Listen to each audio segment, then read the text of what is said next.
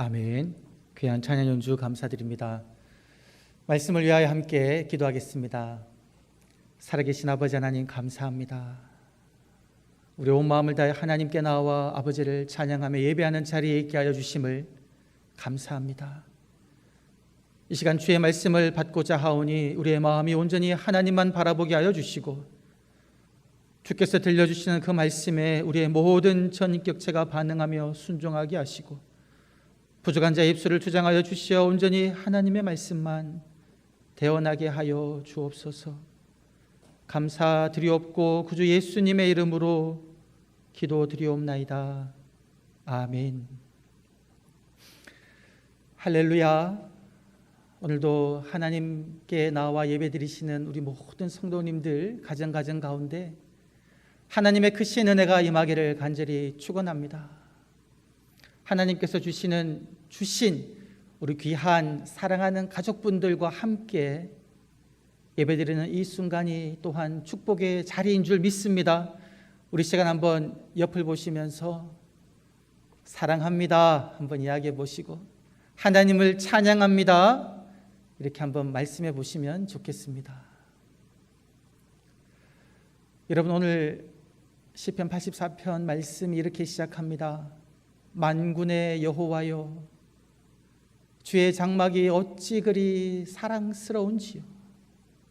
내 영혼이 주의 궁정을 사모하여 쇠약하며 내 마음과 육체가 살아계신 하나님께 부르짖나이다. 여러분, 이 고백이 아마 지금 이 시간 예배드리신 우리 모든 성도님들의 마음일이라 여겨집니다. 여호와여, 하나님의 그 장막이 정말로 사랑스러운데 내가 새벽마다, 수요일마다, 평일에 또 주일에 늘 들렸던 하나님의 그 교회가 너무나 아름다웠는데 지금 저희가 그 교회에 가지 못해서 내가 그 하나님의 궁정을 내 마음이 사모하여 지금 마음이 쇠약합니다.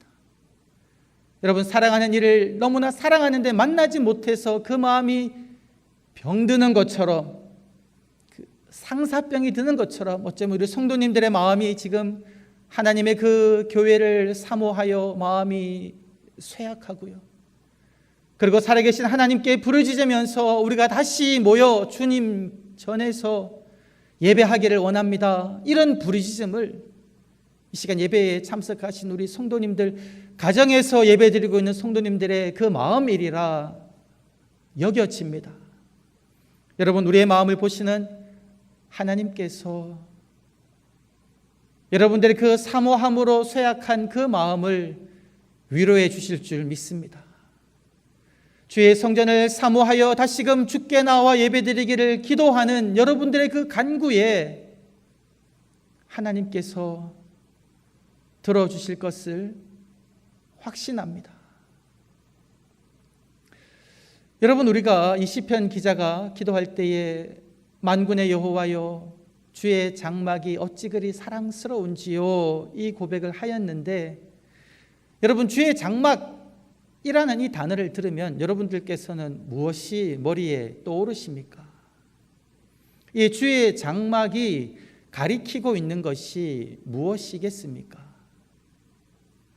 그 단어를 보면요, 1차적으로 하나님께서 이스라엘 백성들을 애굽에서 인도하여 내시고 난 다음에 시내 산에서 모세를 통하여 이스라엘 백성에게 이러이러한 것을 지어라 라고 말씀하셔서 지은 그 성막을 이야기합니다. 시내산에 성막을 세우고는 하나님께서 말씀하셨죠. 너희가 이곳에서 예배드릴 때에 내가 너희를 만나고 너희의 소리를 들을 것이다 라고 말씀하셨던 그 성막입니다. 그리고 그 성막은 이스라엘 백성들이 40년 동안 광야에서 다닐 때에 늘 그들과 함께하면서 하나님께서 그들에게 임재하시고 하나님의 말씀을 주신 그 성막입니다. 그리고 480년이 지나고 난 다음에 솔로몬이 하나님께서 그의 아버지 다윗에게 약속하셨던 대로 세웠던 그 성전입니다. 금으로 덮이고 아름답고 웅장한 그 성전이 오늘 여기서 말하고 있는 주의 장막이다라는 것이죠. 그런데 여러분, 우리가 주의 장막이라고 이야기할 때에 여기서 말하는 그 광야에서 세워졌던 성막과 또 솔로몬이 세웠던 그 성전만 의미하는 것은 아닙니다. 주의 장막이라면 하나님께서 거하시는 곳인데, 하나님의 그 거하시는 곳은 그 성전과 성막에만 한정된 것이 아니다라는 것이죠. 하나님께서 이스라엘 백성들에게 특별하게 말씀하셔서 이러한 것을 짓고 내가 거기에 임재해서 너희를 만날 것이다 라고 말씀하신 것이지, 하나님 스스로가 하나님의 임재의 장소를 그 성소에만 한정 짓지 않았다라는 것입니다. 여러분, 그것을 어떻게 할 수 있습니까? 성막이 세워지기 전에 하나님께서 아브라함을 부르실 때 어디에서 부르셨습니까? 갈대아 우르에서 그를 불렀습니다. 갈대아 우르에 살고 있는 아브라함에게 하나님께서는 찾아가셔서 그에게 말씀하셨다라는 것이죠. 그것이 곧 하나님의 임재하는 곳이지 않겠습니까? 아브라함이 하나님의 약속의 말씀을 따라서 가나안으로 와서 세겜부터 남쪽으로 내려와서 베델과 이를 때마다 아브라함은 하나님께 제사를 드렸습니다. 예배를 드렸습니다. 그것이 또한 하나님의 성소이다라는 것이죠. 여러분, 야곱이 그의 아버지의 집을 떠나서 아람으로 도망쳐야 했을 때에 그가 머물렀던 곳, 그 베델이라는 곳, 하나님의 집이라는 이름의 뜻을 가지고 있습니다. 그곳에서 그는 하나님의 임재하시는 꿈을 꾸었고요, 그곳에 그는 그가 베고 잤던 돌 베개를 제단으로 삼아 하나님께 예배를 드렸습니다. 그 또한 하나님께서 임재하시는 장소였다라는 것이죠. 여러분, 또한 야곱이 그의 외삼촌 집 아람, 밧단 아람에서 살아가는 동안 그 20년이란 기간 동안에도 그의 외삼촌은 무엇을 보았습니까? 하나님께서 야곱과 함께 하셔서 그가 하는 모든 손에 복을 주심을 보았다라는 것이죠. 그러니 하나님께서는 그 밧단 아람에서도 야곱과 함께 거하신 것입니다. 여러분, 요셉이 그의 아버지의 집을 형들의 의사에 의해서 강제로 떠나서 애굽의 노예로 팔려가서 노예로 있을 때나 감옥에서 죄수로 있을 때에 성경 말씀은 무엇이라고 이야기하고 있습니까? 여호와께서 함께 하심으로 그가 형통하였다. 하나님께서는 노예로 살고 있는 요셉에게도 감옥에서도 그와 함께 하셨다라는 것이죠. 그것이 곧 하나님의 임재하신 공간이다라는 겁니다. 그래서 여러분, 여기서 시편 저자가 주의 장막을 어찌 그리 사모하는지요라고 말할 때 주의 장막이라 함은 그 눈에 보이는 성막, 성전 거기에만 국한되는 것이 아니라 성전 안에 거하시는 하나님을 바라보며 그 하나님을 사모했다라는 것입니다. 여러분, 성전이 의미가 있는 것은 성전 안에 거하시는 하나님 때문에 의미가 있는 것이지, 그 성전의 외적인 아름다움과 화려함과 웅장함에 있는 것이 아니다라는 겁니다. 여호와께서 거하시지 않는 성전은 아무런 의미가 없다라는 것이죠. 하나님께서 그곳에 거하시기 때문에 그곳이 아름답다라는 겁니다. 찬송가 438장에 보면 그러한 찬양이 있지 않습니까? 높은 산이, 거친 들이, 초막이나 궁궐이나 내 주 예수 계신 곳이 그 어디나 하늘나라. 초막 같은 그러한 외형이라 할지라도, 궁궐 같은 외형이라 할지라도 내 주 예수, 내 주 하나님이 계신 그곳이면 그것이 곧 하나님의 나라요, 하나님의 성전이다라는 것입니다. 그래서 여러분, 우리가 무엇을 사모해야겠습니까? 하나님을 사모해야 된다는 것이죠. 하나님이 계신 그곳을 사모해야 한다라는 것입니다. 여러분, 왜 우리가 이 영동교회 이 제단을 사모합니까? 이곳에 하나님께서 거하시기 때문입니다.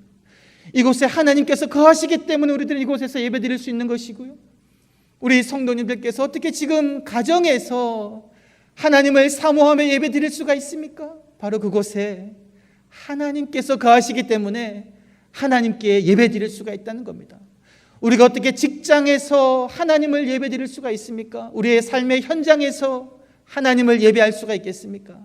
그곳에 하나님께서 계시기 때문에 우리들은 하나님을 사모하며 하나님을 예배할 수 있다라는 것입니다. 사랑하는 성도 여러분, 주의 장막을 사모하시되 그 장막에 거하시는 하나님을 바라보시며 하나님을 사모하시는 저와 여러분 되시기를 주의 이름으로 간절히 축원합니다. 여러분, 또한 우리가 사모한다라고 이야기하는데, 만군의 여호와여 내가 주의 장막을 어찌 그리 사랑하는지요 라고 이야기할 때에 이 시편 제자는 어떠한 방식으로 주의 장막을 사랑하였겠습니까? 이 고백을 하는 그 시편 저자의 마음은 어떠한 마음이었겠습니까? 어찌 그리 사랑스러운지요? 어떠한 방식으로 그의 사랑을 표현하였을까요? 여러분, 역대하 29장 말씀을 보게 되면 히스기야 왕이 그 성전을 청결하게 하는 장면이 등장합니다. 근데 그 상황 전에 어떠한 상황이 성전에 일어났냐면요, 그의 아버지 아하스가 이방 강대국의 그 제단을 성전에 가지고 와서 제사를 드렸고요, 이방 신을 섬기는 겁니다. 그러면서 그 왕이 한 것은 무엇이었냐면 성전의 문을 닫아버렸습니다. 그의 통치 기간이 약 16년이었는데 아마 대부분의 통치 기간 동안 이 성전의 문이 닫혔으리라 생각됩니다. 여러분, 성전의 문이 닫혔다는 것은 무엇을 의미합니까? 그곳에서 예배를 드리지 못하는 겁니다. 제사를 드리지 못하는 겁니다. 성전에서 제사를 드렸던, 제사를 주관했던 제사장들과 성전에서 봉사하였던 수많은 레위인들, 그리고 여호와의 전에 나아가 예물을 드리며 제사를 참수했었던 그 이스라엘 백성들이 성전에 나아가서 예배를 못 드리는 겁니다. 그들의 마음이 얼마나 안타까웠겠습니까? 주의 궁정을 사모하여 쇠약하는 그런 상황이 십수년이 흘렀다는 것이죠. 그럴 때에 성전 안에서는 그 성전 기물들은 다 바깥으로 그냥 내보내 버렸고요, 제단은 한 곳으로 치워져서 먼지만 쌓여가고 있고 그 성전 기물들의 금과 놋들도 색이 바래지고 있었다라는 것이죠. 뭐 들짐승들이나 벌레들이 성전 안에서 막 가득 찼을 것입니다. 그러고 난 다음에 히스기야가 왕에 즉위하자마자 성전의 문을 활짝 열었다는 것입니다. 그리고 레위인들에게 말하면서 너희는 성전을 청결하게 하라라고 이야기했습니다. 그때 이 레위인들이 십수년을 여호와의 성전을 사모하는 마음으로 가지 못했던 그 마음을 성전으로 달려들어가서 제단을 바로 하고 성전 기물들을 제자리에 놓으며 쌓인 먼지들을 닦으며 색이 바란 성전 기구들을 닦으며 그 모든 것들을 청결케 하고 성결케 하였다라는 것이죠. 여러분, 그 행동을 약 16일 동안 진행합니다. 16일 동안 성전을 청결할 때에 그들의 마음이 어땠겠습니까? 기쁘고 감격으로 가득했다라는 것이죠. 아마 그들이 불렀던 노래가 그러한 것이었을 것입니다. 주여, 주의 장막이 어찌 그리 사랑스러운지요. 하나님의 장막이 너무나 사랑스러워서 내가 주의 장막을 청결케 합니다. 기쁨 가운데 주의 성전을 바로 하는 그런 봉사를 하였고, 이것이 그들이 표현한 사랑의 표현이다라는 겁니다. 여러분, 제가 이번 코로나19 사태로 교회가 성도님들이 많이 오지 못하고 거의 2월 달부터 지금까지 교회가 그냥 아주 한적한 곳이 되어버렸습니다. 그런데 이때 제가 무엇을 보았냐면요, 우리 교회 앞마당에 그 소나무 가지가 이제 그냥 시간이 지나면 자라지 않습니까? 그런데 어떤 분이 오셔가지고는 아무 소리 안 하고 누구에게도 말하지 아니하고 그 소나무에 가지치기를 하고 그냥 가시는 겁니다. 그리고 어떤 분은 우리 교회의 그 계단으로 올라가는 그 난간에, 이 난간이 손이 다칠 그렇게 보이니까 그것을 본인의 돈을 들여가지고 그것을 깨끗하게 다 또 더딥히는 그런 봉사를 하시는 겁니다. 또 어떤 성도님들은 이 교회 교육관에 페인트 칠을 한다고 그러니까 직접 오셔가지고 그곳에서 주말에 시간을 내셔가지고는 그 천장에 있는 그 페인트를 직접 본인이 벗겨내시는 겁니다. 그리고 이번에 태풍이 몰려들고 피해가 있으니까 저희 교회 그 묘지가 있지 않습니까? 혹시 그곳이 잘못되었을까 싶어서 그 주말에 시간을 내어가지고 그곳에 가서 몇 분이 가셔가지고는요, 그거를 또 둘러보고 오시는 겁니다. 여러분, 이런 행동들, 교회를 사랑하는 행동이지 않습니까? 주의 장막을 사랑해서 그러한 행동을 하는 것이죠. 하나님께 받은 사랑이 있으니까 그러한 행동을 하는 겁니다. 누가 시켜서 아무도 보지 않는데 와가지고 주의 전을 이렇게 수리하고 보살피는 것이 아닙니다. 하나님이 그들에게 주신 그 사랑이 너무나 감격해서 그 사랑에 감격하여 그러한 봉사를 하시는 것이죠. 그런데 여러분, 우리가 하나님께 받은 그 사랑에 대한 보답이 아니라 다른 목적이 있으면 그러한 봉사를 하더라도 그것은 결코 오래가지 못합니다.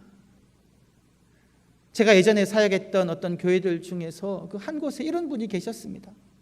사업을 크게 하시는 분이셨고요, 재력이 있는 분이셨습니다. 그리고 사회적으로도 활동을 많이 하시는 분이에요. 사람 만나기를 좋아하시는 그런 분이셨습니다. 그분이 저희 교회, 그 교회에 오셔가지고는 봉사를 열심히 하는 겁니다. 남들이 봉사하기 꺼려하는 그 주말 시간에도 교회에 오셔가지고 그 주말에 하는 그 일을 맡으셔가지고는 누구보다도 열심히 그 일을 하시는 겁니다.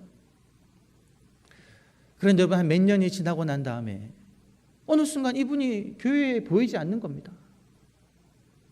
확인해 보니까 그 교회에 그 항종직 투표가 있었는데요, 그 이분이 장로 후보가 되지 않은 겁니다. 후보로 이제 추천을 받지 못한 거죠. 그것 때문에 교회를 떠나버린 겁니다. 너무나 안타깝지만 그분이 하는 그 봉사는 어쩌면 하나님께 받은 그 사랑에 대한 보답의 마음으로, 감사하는 마음으로 주의 전을 섬겼다기보다는 사람들에게 인정받기를 원했고 자기의 이름을 드러내기 위해서 그러한 봉사를 하였다라는 거죠. 그러하니까 남들이 인정해 주지 않으니 그 봉사를 멈추는 겁니다. 여러분, 또한 우리가 한 가지 생각해야 될 것은, 우리가 주님께 표현하는 그 사랑의 표현은 나의 방식대로 하는 표현이 되어서는 안 되고요, 하나님의 그 사랑의 표현을 닮은 사랑의 행동이어야 함을 우리도 오늘 말씀을 통해서 알 수가 있습니다. 여러분, 오늘 이 성경 본문에 주의 장막이 어찌 그리 사랑스러운지요, 이 단어는, 이 사랑이라는 단어는 일반적으로 많이 사용하는 그 단어를 사용하지 않고요, 이 구약 성경에서 딱 9번만 사용된 그 단어를 사용했습니다. 사랑이란 단어를 표현하기 위해서 9번만 사용된 그 단어를 사용했는데, 이 9번 중에 여러분 6번이나 그 사랑의 주체가 하나님인 겁니다. 하나님의 사랑을 표현할 때 이 단어를 사용했다라는 것이죠. 그 대표적인 예가 어디 있냐면 사무엘하 12장 25절에 있습니다.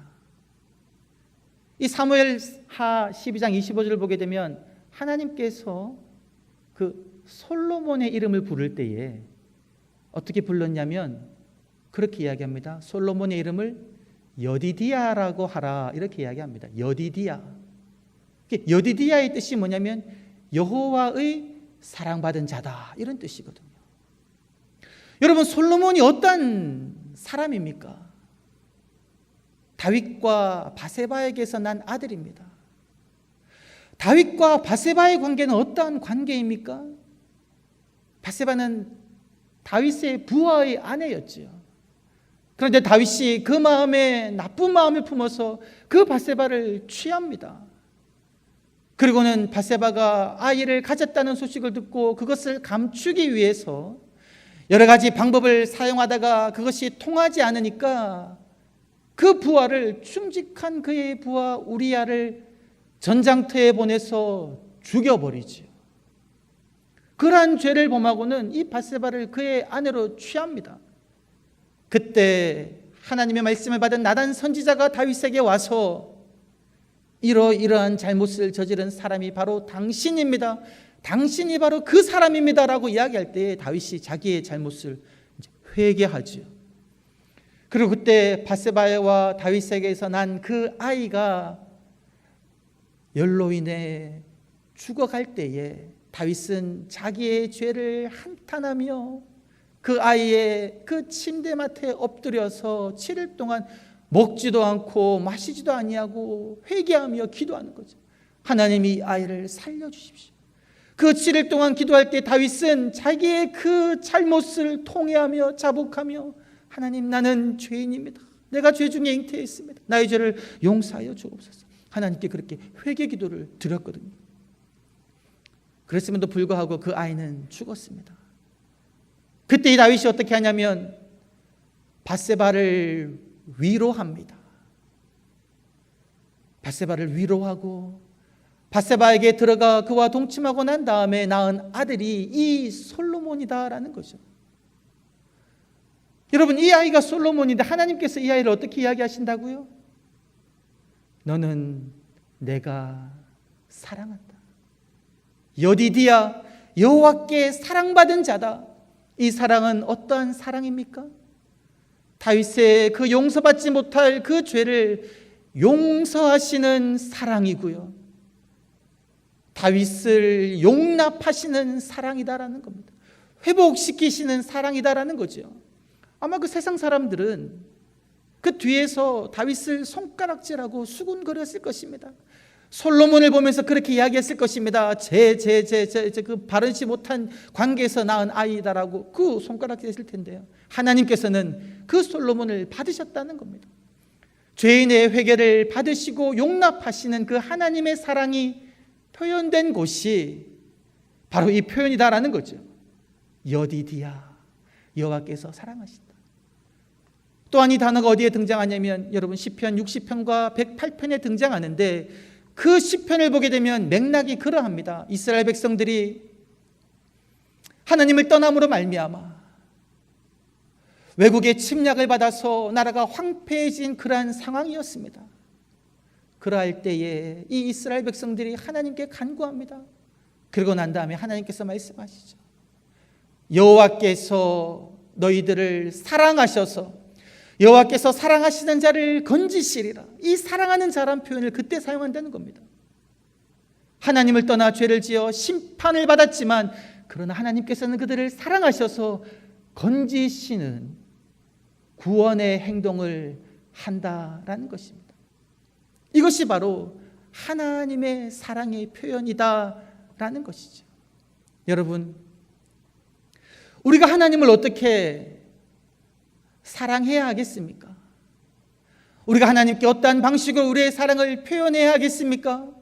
그 방식은요, 우리의 방식이 되어서는 안 된다라는 겁니다. 하나님께서 우리를 어떻게 사랑하셨는지 그 사랑을 묵상하고 하나님을 바라봄으로 말미암아 그 사랑을 본받아 사랑하는 방식이 되어야 한다라는 거죠. 내가 어떻게 하나님을 사랑할까 그 방식을 생각하는 것이 아니라 하나님이 나를 어떻게 사랑하셨나를 생각하며 사랑해야 한다라는 겁니다. 여러분, 하나님께서 우리들을 어떻게 사랑하셨습니까? 요한 1서 3장 1절에 그렇게 이야기하시죠. 하나님께서 우리들을 어떻게 사랑하셨는가? 하나님께서 우리들을 어떻게 사랑하셔서 우리들을 하나님의 자녀로 삼으셨는가? 우리가 그러하도다. 여러분, 하나님의 사랑이 어떠한 방식으로 우리에게 드러나셨습니까? 우리를 하나님의 자녀로 삼으셨다라는 겁니다. 여러분, 우리가 하나님의 자녀가 될 자격이 있는 사람이었습니까? 아니죠. 우리가 그렇게 많이 기도합니다. 죽을 수밖에 없는 이 죄인을. 그런데 여러분, 우리는 이 죽을 수밖에 없는 그 죄인, 아니라 이미 우리들은 죽은 사람들이라는 겁니다. 죄와 허물로 우리들은 다 죽었다라는 거죠. 사망 선고를 받았다라는 겁니다. 여러분, 병원에서 의사가 죽은 자를 바라보며 그 사망 진단서에 사망이라고 이야기하듯이 우리들은 이미 우리의 죄로 말미암아 사망 선고를 받은 이들이었다는 겁니다. 그런데 우리들을, 이 죽었던 우리들을 하나님께서 사랑하셔서, 허물과 죄로 죽은 우리를 사랑하셔서 그 독생자 예수 그리스도를 보내시고는 우리들에게 말씀하시지 아니하십니까? 내 죄악이 사하여졌고 내 허물이 깨끗하여졌노라. 내가 너를 다시는 죄 있다 말하지 아니하리라 라고 말씀하시면서 우리들에게 죄 사함의 은총을 주시고 살려주시고 우리들에게 귀한 소명을 주셨다는 겁니다. 이것이 우리가 받은 하나님의 사랑이다라는 것이죠. 그러하기에 이 사랑이 너무나 감격해서 우리들은 하나님께 나와 우리의 사랑을 표현하고, 이 시편 저자가 고백한 것처럼 주의 장막이 어찌 그리 사랑스러운지요라고 고백한다라는 겁니다.